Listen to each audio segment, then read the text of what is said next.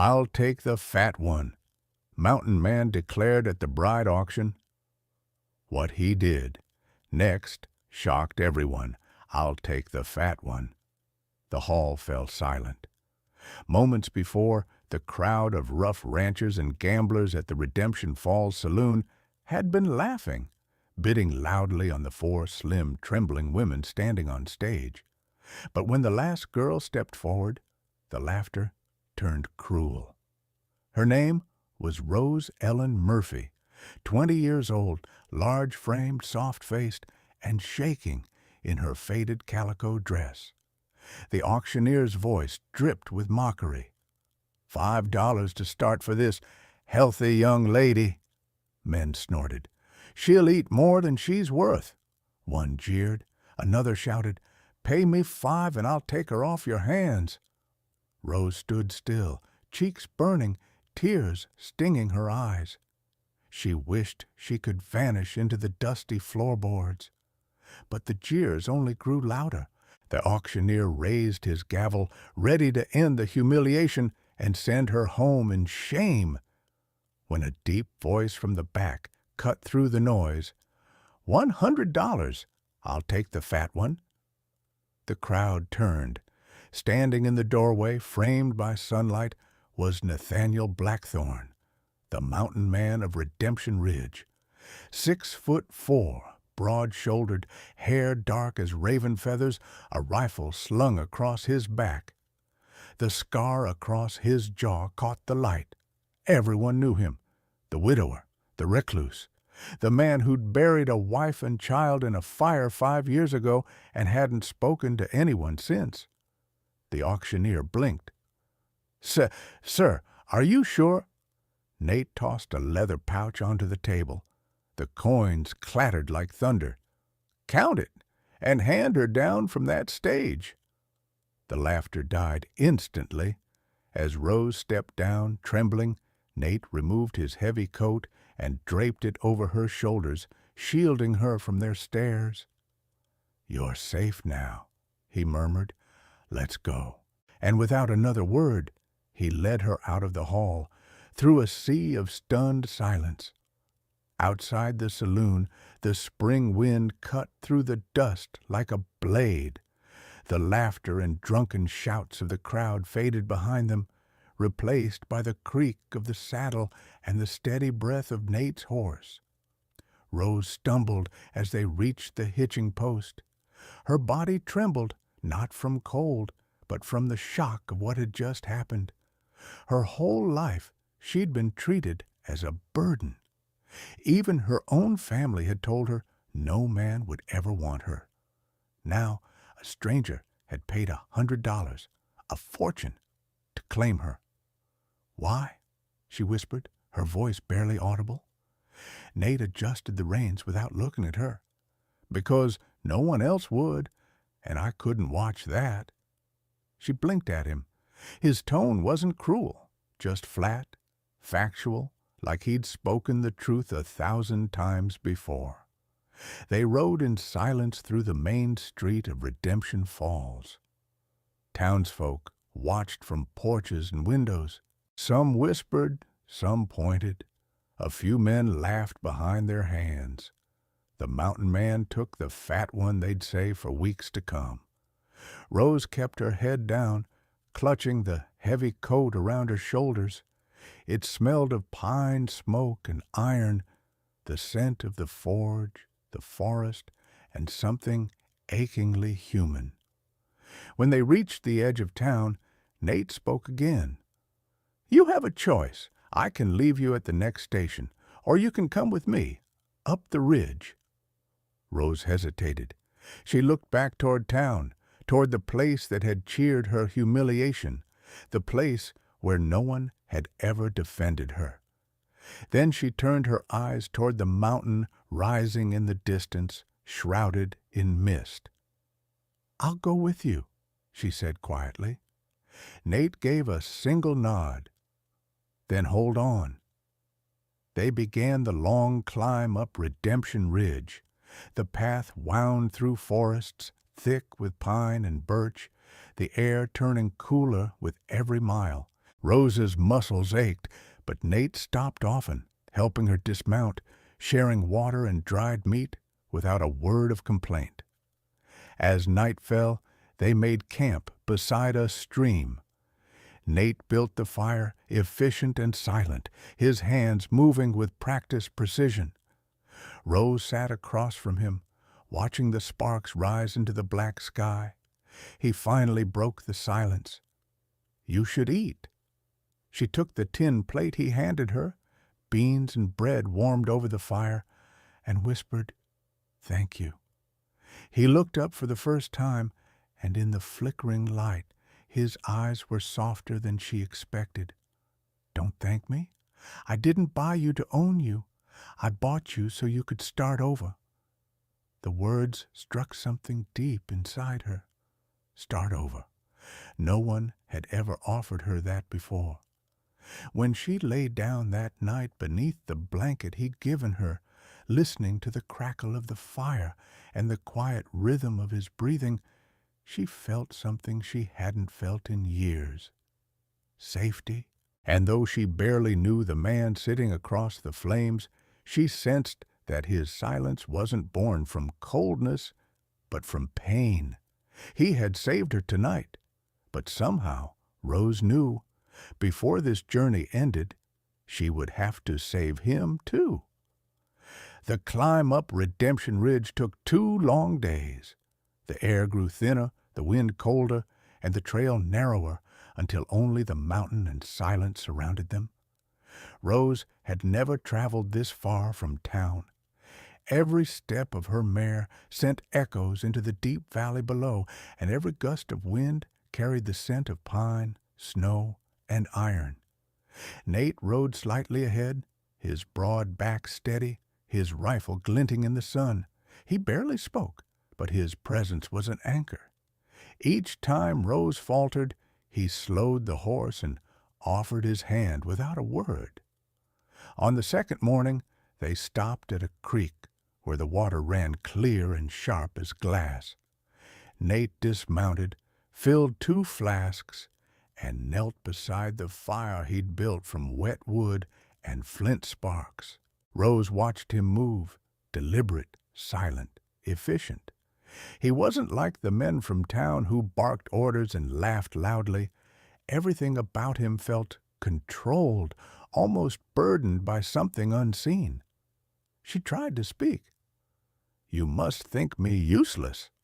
He looked up, startled. "Why would I think that?" "Because everyone else does." She smiled bitterly. "I'm not small or graceful. I can't ride well. I can barely lift a sack of flour without losing my breath." Nate's gaze held hers, unflinching. "You made it up this mountain without complaining once. That's more than most men in town could manage." Her throat tightened. "You don't have to be kind." "I'm not," he said simply. "I'm honest." That night, they camped in a hollow between 2 cliffs. The wind howled outside the firelight, but the small circle of warmth felt almost sacred. Rose had never seen so many stars. They spilled across the sky like spilled sugar, infinite and cold. She sat close to the flames, rubbing her hands together, when Nate's voice cut through the crackle of fire. "You remind me of her." Rose looked up. "Of who?" "My wife," he said. His tone wasn't soft. It was a statement carved out of grief. "She had your courage, and the same eyes, always watching, always hoping the world could be better than it was." Rose hesitated. "What happened to her?" He poked the fire with a stick, the flames lighting his jaw. "A winter storm. Fire spread from the forge. I couldn't get them out in time, her and our boy." His voice cracked once, barely, then silence. The confession hung in the cold air, heavy and human. Rose didn't try to comfort him. She knew the kind of pain that couldn't be soothed by words. Instead, she reached into her bag and pulled out a small piece of bread, breaking it in half. "Eat," she whispered, handing him one piece. For her. Nate hesitated, then took it. You shouldn't pity me. I don't, she said softly. I understand. For the first time, he looked at her, really looked, not as a stranger or someone he'd rescued, but as another soul carrying her own quiet weight. By dawn, the ridge appeared through the fog, a valley cradled by mountains with smoke rising faintly from a stone chimney. Nate dismounted first, helping Rose down.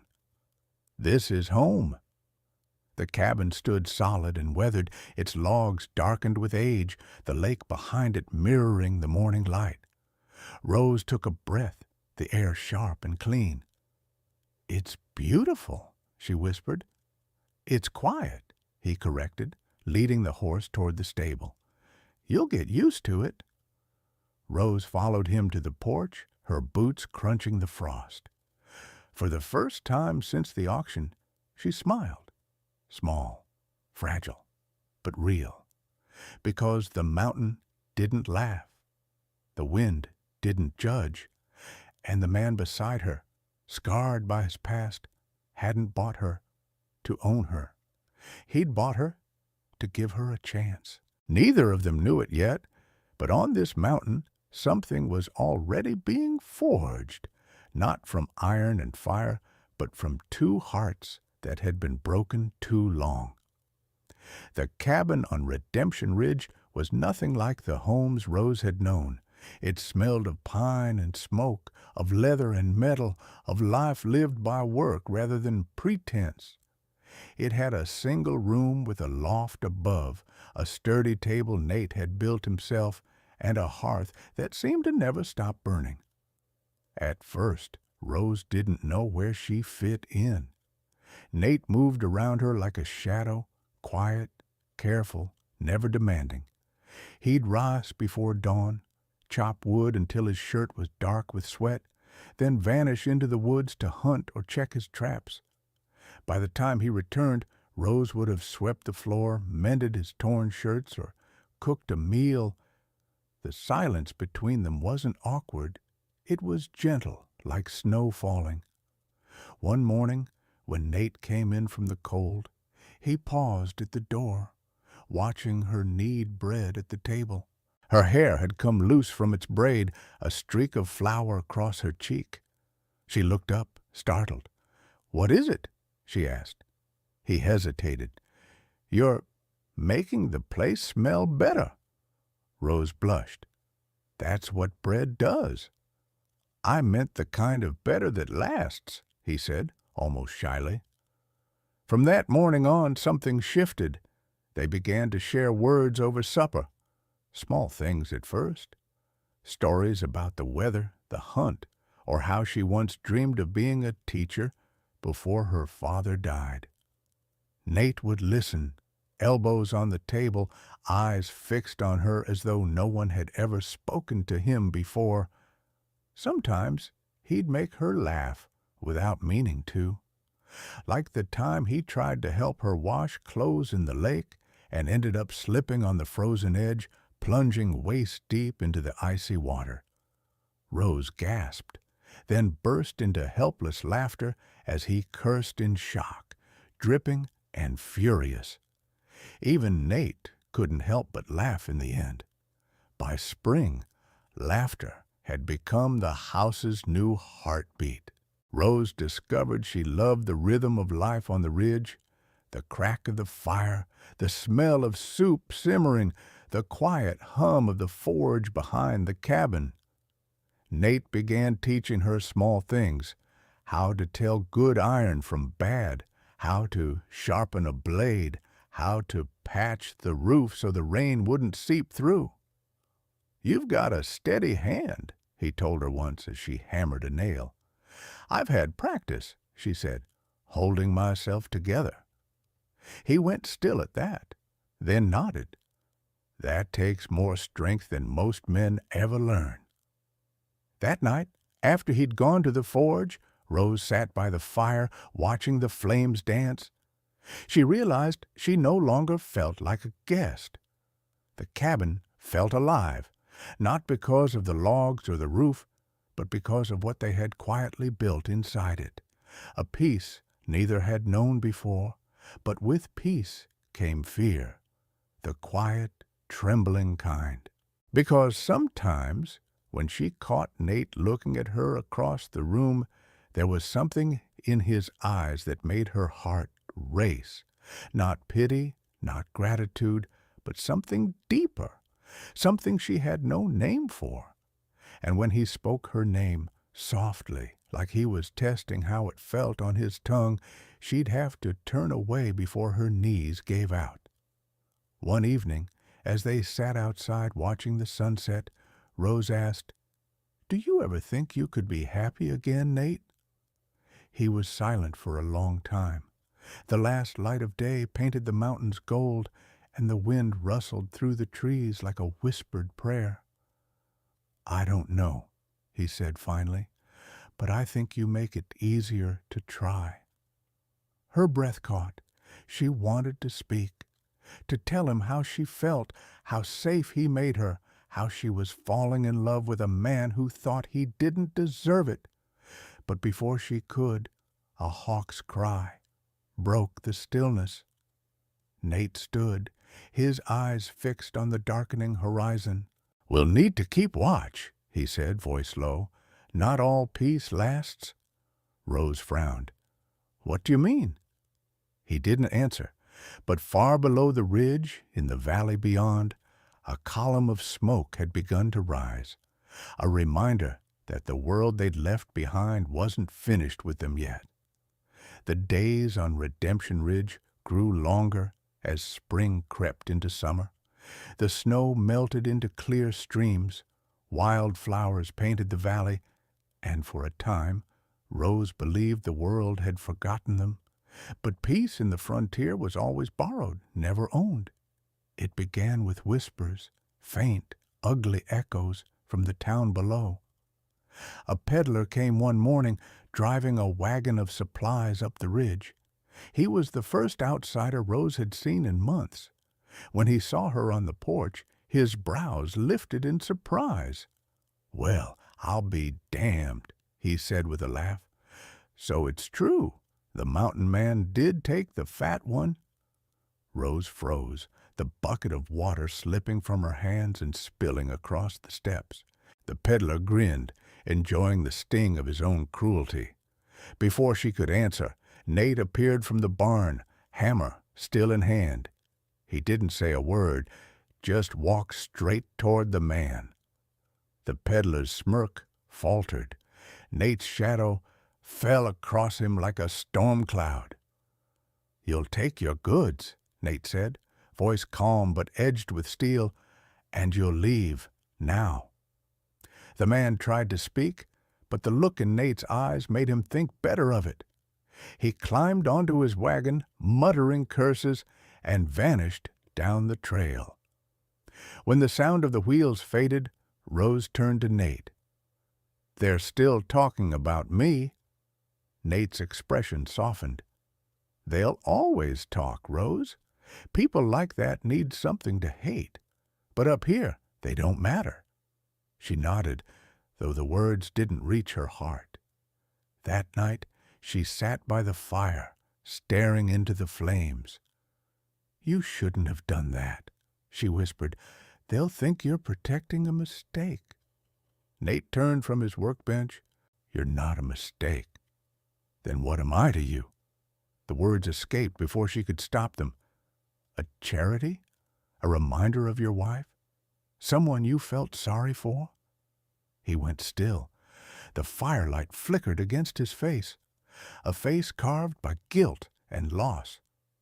"You think I bought you because I pitied you?" "I don't know why you bought me," she said, her voice breaking. "All I know is I was a joke to them, and now I'm a rumor to you." He crossed the room in 3 strides, stopping just short of her. "I bought you because I couldn't stand there and watch them tear you apart. I know what it's like to lose everything, Rose. I saw in your eyes the same thing I saw in mine the day the fire took them. the will to live, even when the world said you shouldn't. She blinked back tears. And what if I don't want to just survive anymore? What if I want more than that? Nate's jaw tightened. Then you'll have to decide what that means. Because I can't give you the world, Rose. I only have this ridge, this cabin, and a heart that's more scar than flesh. She stood, trembling. Maybe that's enough. For a moment, the only sound was the wind through the trees. Then, somewhere far below, came the faint echo of horses, multiple riders. Nate turned toward the window, his eyes narrowing. They're coming. Who? He didn't answer. He grabbed his rifle from the wall, checking the chamber. Town's been quiet too long. Men like Horace Bidwell don't forget being humiliated. If he's coming, it won't be to apologize. Rose's pulse quickened. What will they do? Try to take you back, Nate said grimly, or take what's mine. That night, the air on Redemption Ridge turned cold again. The fire burned low, and for the first time since she arrived, Rose couldn't sleep. She listened to Nate outside, pacing near the door, guarding the only home she'd ever known. And as the moonlight poured through the window, she realized something. The mountain had given her strength. Nate had given her safety. But if the world was coming for them, she wouldn't hide. Not anymore. The morning broke sharp and gray. A low mist clung to the pines, muffling every sound except the rhythmic crunch of hooves on the frozen trail.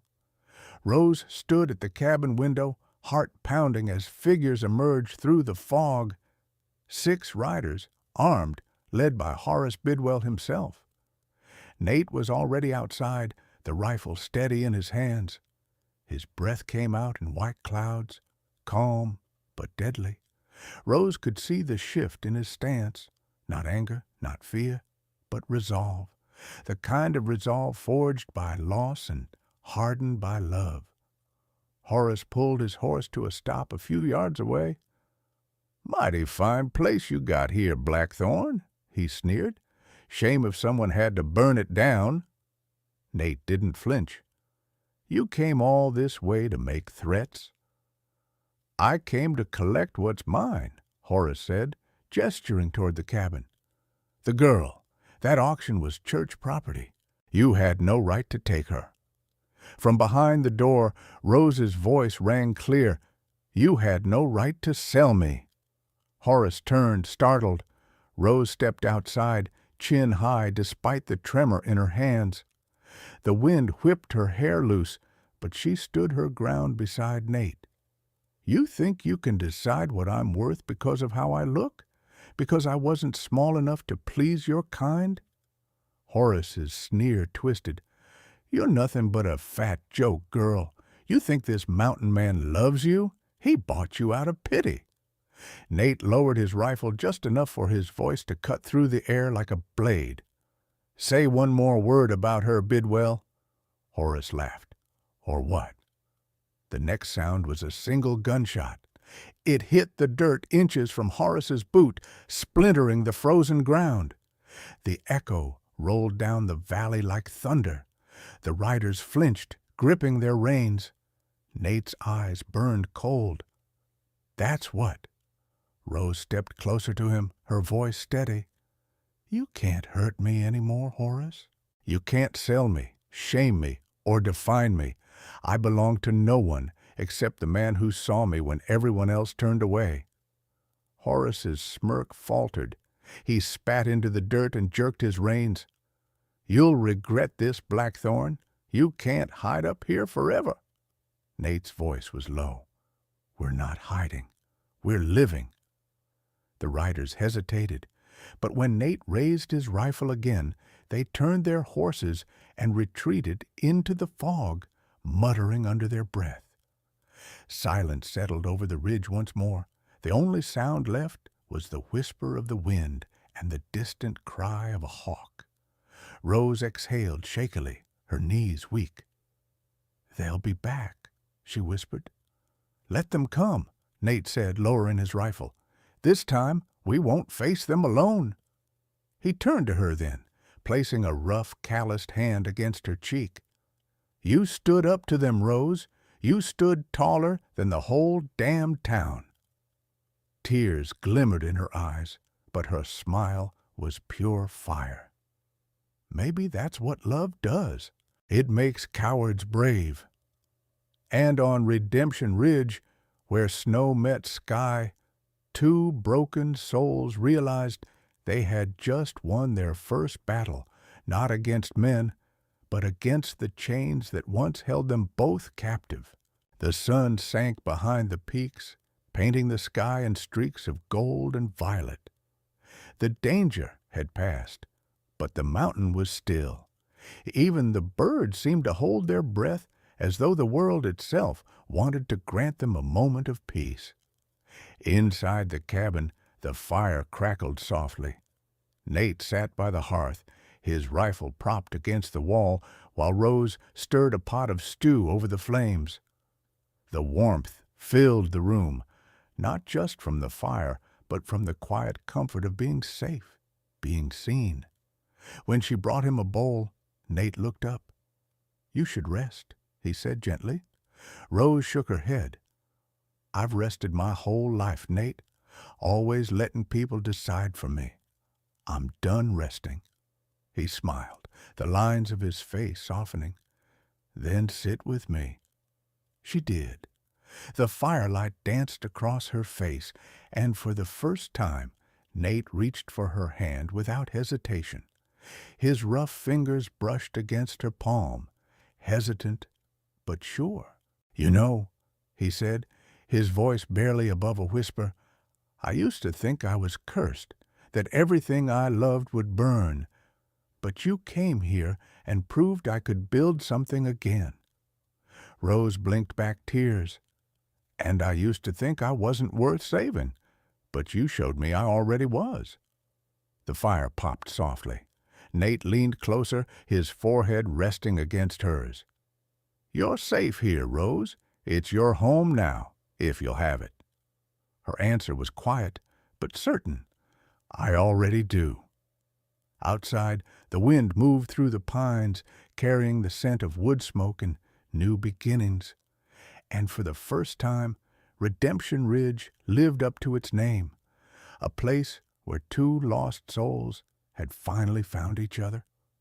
Every time I read your comments, I'm reminded how stories, even ones set in forgotten towns and wild mountains, can bridge the miles between us. Somewhere out there, someone still believes that kindness can heal, that love can begin again, no matter how broken we've been. If you're listening from somewhere far away, maybe from a small apartment, a quiet cafe, or a cabin of your own, tell me where you are in the world. And if you still believe that love can find its way through hardship and shame, don't leave. The next story is for you.